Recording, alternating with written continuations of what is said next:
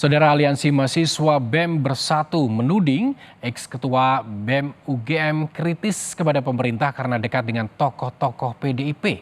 Tudingan didasari mobil Toyota Fortuner yang digunakan Tio terdaftar atas nama Siti Nuraini, kerabat Jenderal Purnawirawan Andika Perkasa yang pernah menjadi tim pemenangan Ganjar Pranowo. Aliansi BEM Bersatu menyatakan menolak politik praktis. Dia menilai aksi mahasiswa terindikasi politik praktis karena salah satu tokoh yang menggerakkan adalah ex-ketua BEM UGM Tio Ardianto.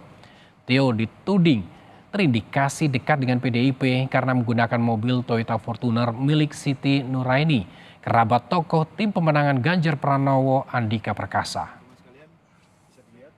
Alat pacak yang namanya PPX Finder. Melihat indikasi kuat keterlibatan aktor politik praktis dalam gerakan ini. Salah satu pimpinan aksi, Tio Ardianto, diduga memiliki kedekatan dengan jaringan politik tertentu.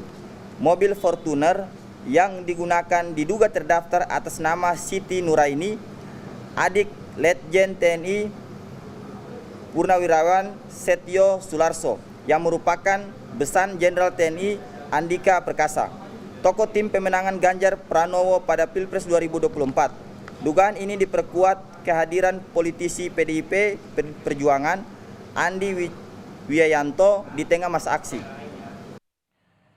PDIP membantah tudingan BEM Bersatu yang menyebut mereka memiliki kedekatan dengan Tio. Politisi PDIP Guntur Romli bilang tudingan BEM Bersatu sangat dipaksakan. Keterlibatan PDI Perjuangan hanya disandarkan pada mata rantai asumsi yang sangat dipaksakan dan menggelikan. Faktanya, Siti Nuraini dan Letjen TNI Purnawirawan Setio Sularso bukan kader maupun pengurus PDI Perjuangan. Menghubungkan kepemilikan mobil Fortuner milik seorang warga sipil, Siti Nuraini, lalu ditarik ke hubungan persaudaraan Setio Sularso, kemudian ditarik lagi ke hubungan besan Andika Perkasa, untuk kemudian melompat pada kesimpulan bahwa PDI Perjuangan berada di balik aksi mahasiswa adalah sesat pikir.